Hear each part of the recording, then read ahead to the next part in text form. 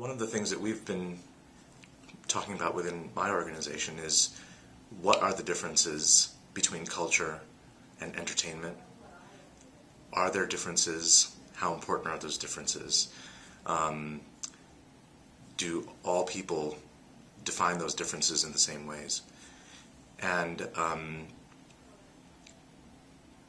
we're finding that the more we can hold hands throughout our community so as to string together a number of activities that, in a sense,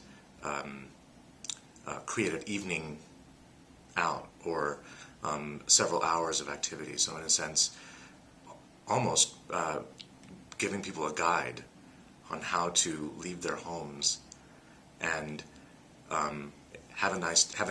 enjoy themselves, and at some point or another go to an appointed place at an appointed time where other people will be and engage in an activity.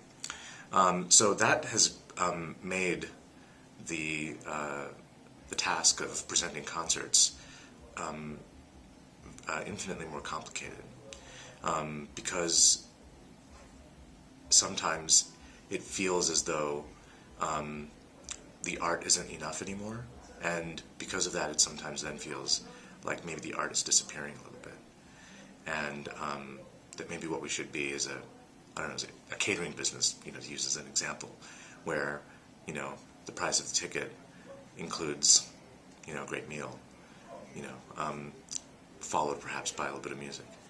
And then it goes beyond all that, which is, because you can't really stop there, because then you can say, well, maybe it's not only because people don't want to make 3 different stops in an evening. They don't want to go one place for dinner, another place for an event, and then a third place for, afterglow or whatever you want to call it. They want to do it all in one place. And not only that, but they don't want to go to some makeshift venue. They want to go to a venue that inspires them, And I'm not talking about, worshiping at the altar of music or something like that. I mean, a functional space that lends itself to this kind of behavior. And so then you start asking, really, questions you're not really prepared to address, really.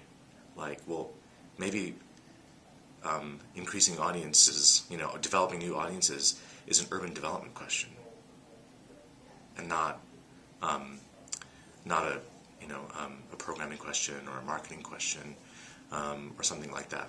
And not to say that that's what we're doing in my organization, but I think that that's sort of perhaps the implications of the convergence that we're dealing with at the moment.